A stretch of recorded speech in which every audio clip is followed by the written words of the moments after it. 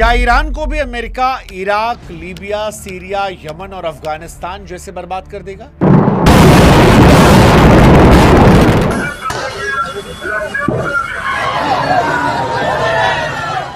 देखिए, यह सवाल आज दुनिया के हर उस इंसान के मन में है जो अंतर्राष्ट्रीय राजनीति को समझता है, और खासकर जब ईरान के सबसे शक्तिशाली नेता अयतुल्ला अली खामनेई की मौत की खबर आई है।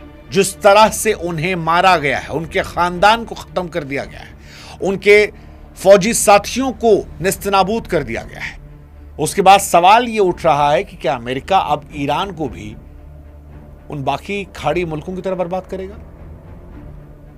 अमेरिका की पुरानी फितरत रही है कि जो भी राष्ट्र उससे अलग राह चुनने की हिम्मत करता है, जो उसकी डॉलर की बात नहीं मानता है, जो उसकी हां में हां नहीं मिलाता है, अमेरिका वहां लोकतंत्र और शांति की स्थापना के नाम पर एंट्री लेने की कोशिश करता है। कई बार वो वहीं के लोगों को भिड़ा देता है, और कुल मिलाकर जो अमेरिका के साथ नहीं है उस हंसते खेलते देश को वो तबाह कर देता है। अनगिनत उदाहरण है, इतिहास गवाह है। आप पीछे मुड़कर देखिए, कोई भी देश जो दुश्मनी अमेरिका से मोल लेगा, उसकी नीतियों को चुनौती देगा, जैसे पाकिस्तान में इमरान खान ने दी थी, बांग्लादेश में शेख हसीना ने दी थी, अमेरिका उसे अपनी आंखों का कांटा बना लेता है। यह एक ऐसा पैटर्न है जहां पहले उस देश को आर्थिक रूप से अलग थलग किया जाता है, फिर वहां की सरकार के खिलाफ असंतोष भड़काया जाता है, अंत में जब महंगाई बढ़ जाती है, सरकार के खिलाफ गुस्सा होता है, तो वहां के संसाधनों पर कब्जा करने के लिए दखल दिया जाता है। अमेरिका वहां पर अपनी सेना, खुफिया एजेंसियों के जरिए तबाही मचाता है, और इसीलिए आज सवाल यह है कि क्या वो ईरान में भी ये काम करेगा? क्या तेल का खेल जो है, जो वेनेजुएला में दिखा, वैसा असर ईरान में भी दिखेगा? अमेरिका ने काम बहुत सारे देशों के साथ किया, जैसे इराक में तेल का व्यापार यूरो में करना सद्दाम हुसैन की बहुत बड़ी भूल थी, जिसके चलते वो बर्बाद हो गए।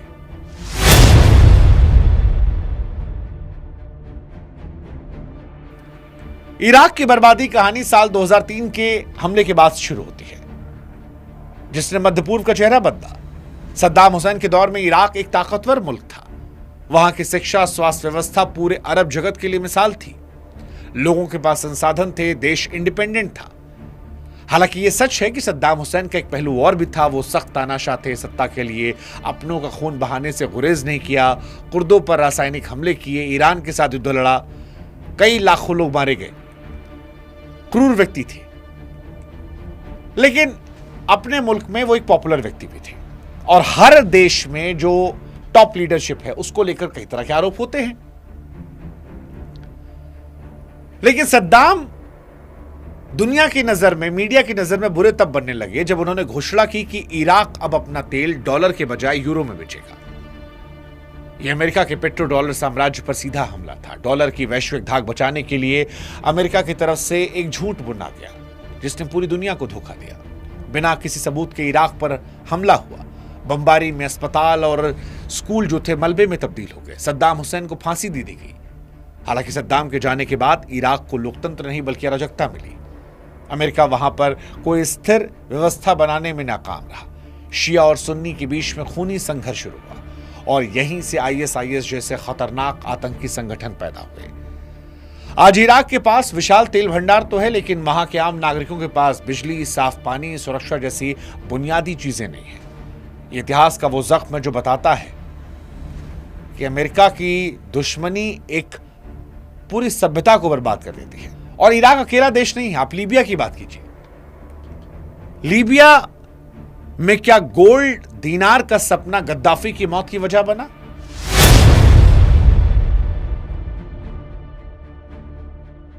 गद्दाफी के नेतृत्व में अफ्रीका का सबसे अमीर और विकसित देश था लीबिया।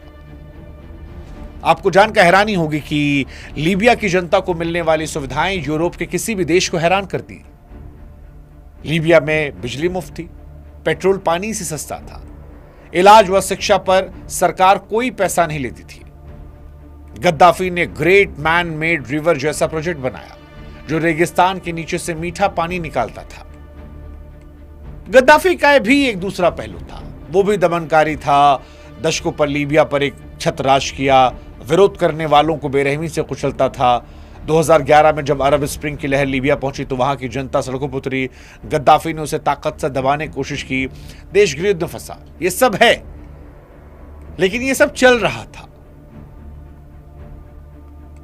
गद्दाफी की खता जो हुई वो तब आई दुनिया के सामने जब उसने पूरे अफ्रीका के लिए गोल्ड दिनार नाम की एक साझा मुद्रा लाने की कोशिश की।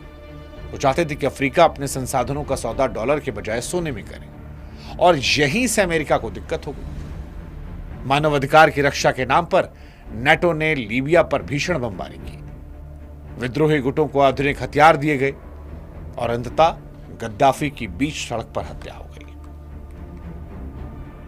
गद्दाफी के जाने के बाद लीबिया आज एक नाकाम राष्ट्र बन गया है, बर्बाद हो गया। वहां कोई सरकार नहीं है, अलग अलग हथियारबंद गुट जो हैं वो आपस में लड़ रहे हैं। सारा का सारा गोल्ड रिजर्व गायब हो चुका है और लीबिया आज उसी पश्चिमी लोकतंत्र की सजा भुगत रहा है जिसने उसे एक समृद्ध देश से आतंकवादियों के पनाहगाह और गुलामी के बाजार में तब्दील कर दिया।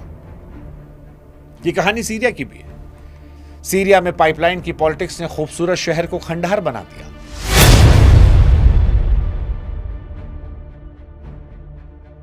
हां, सीरिया की बर्बादी का खेल सिर्फ एक शासक को हटाने के बारे में नहीं था, यह बड़े देशों के स्वार्थ और पाइपलाइन की पॉलिटिक्स का नतीजा था। सीरिया कभी अपनी संस्कृति, खूबसूरती, ऐतिहासिक इमारतों के लिए मशहूर था, लेकिन फिर उसकी भौगोलिक स्थिति उसके दुश्मन बन गई। कतर से यूरोप तक एक गैस पाइपलाइन बिछाने की योजना थी, जिसे बशर अल असद सरकार ने अपने पुराने साथी रूस के हितों को देखते हुए रास्ता देने से मना कर दिया। बस यही इंकार था कि सीरिया को अस्थिर करने की पटकथा लिखी गई। 2011 में जब जनता ने आजादी और सुधारों की मांग की तो असद सरकार ने उन्हें आतंकवादी कहकर सैन्य कार्रवाई की। देश में गृह युद्ध भड़का, अमेरिका सहयोगियों को मौका मिला, विद्रोहियों को हथियार, पैसा दिया। दूसरी तरफ रूस और ईरान ने असद सरकार को बचाने के लिए सेना उतारी। देखते ही देखते सीरिया जो था वो महाशक्तियों का अखाड़ा बन गया। प्रॉक्सी वॉर में सीरिया के कई शहर मलबे के ढेर में तब्दील हो गए। करोड़ों लोग शरणार्थी बनकर दूसरे देश में दर-दर की ठोकरें खा रहे हैं। अमेरिका ने दावा किया कि यह सब आतंकवाद खत्म करने के लिए, लेकिन सच ये है कि उसने सीरिया के सबसे उपजाऊ तेल क्षेत्रों और गेहूं के भंडारों पर कब्जा जमा लिया। आज भी वहां के संसाधनों से लूट जारी है। सीरिया की त्रासदी दिखाती है कि जब सरकार अपने लोगों के खिलाफ खड़ी होती है तो बाहरी ताकतों को मौका मिल जाता और हंसता खेलता देश बारूद की भेंट चढ़ गया। ऐसी कहानी अफगानिस्तान की भी है। 20 साल अमेरिका वहां लड़ा, 20 साल।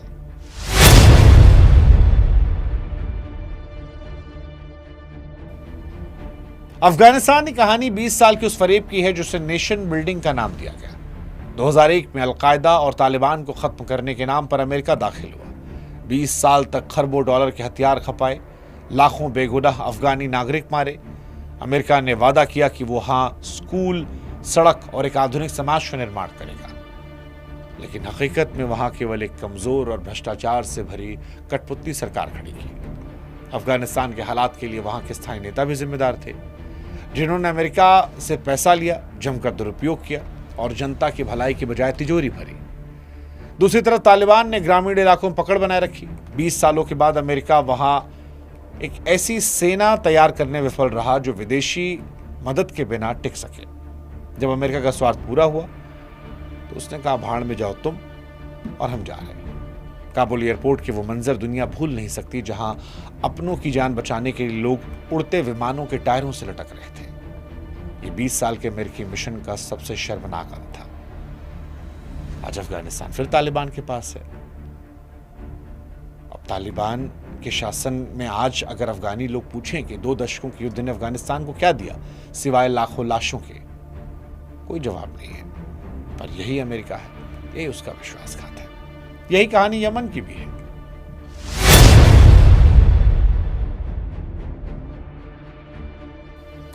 यमन की कहानी की बर्बादी इसलिए दुखद है क्योंकि यह दुनिया की आंखों के सामने हो रही है। दुनिया खामोश है। यमन में अमेरिका ने सीधे सेना नहीं उतारी, उसने अपने सहयोगियों को ऐसे घातक हथियार खुफिया जानकारी दी कि जिससे पूरा देश कब्रिस्तान बन गया। यमन के पास तो इराक जैसा तेल नहीं था, इसलिए अंतर्राष्ट्रीय मीडिया ने भी वहां हो रहे कत्लेआम की तरफ आंखें मूंद ली। यमन के हालात के लिए हुती विद्रोहियों और क्षेत्रीय शक्तियों, जिसमें सऊदी और ईरान है, उनके बीच का संघर्ष जिम्मेदार है। हुती ने जब सत्ता पर कब्जा किया तो वर्चस्व की लड़ाई बना दिया गया। अमेरिका के हथियारों की बिक्री की भूख ने इस आग में घी डाला। स्कूल, बाजारों पर बेरहमी से बम बरसाए गए और आज यमन दुनिया के सबसे भयानक मानवीय संकट से गुजर रहा है। कि माना जा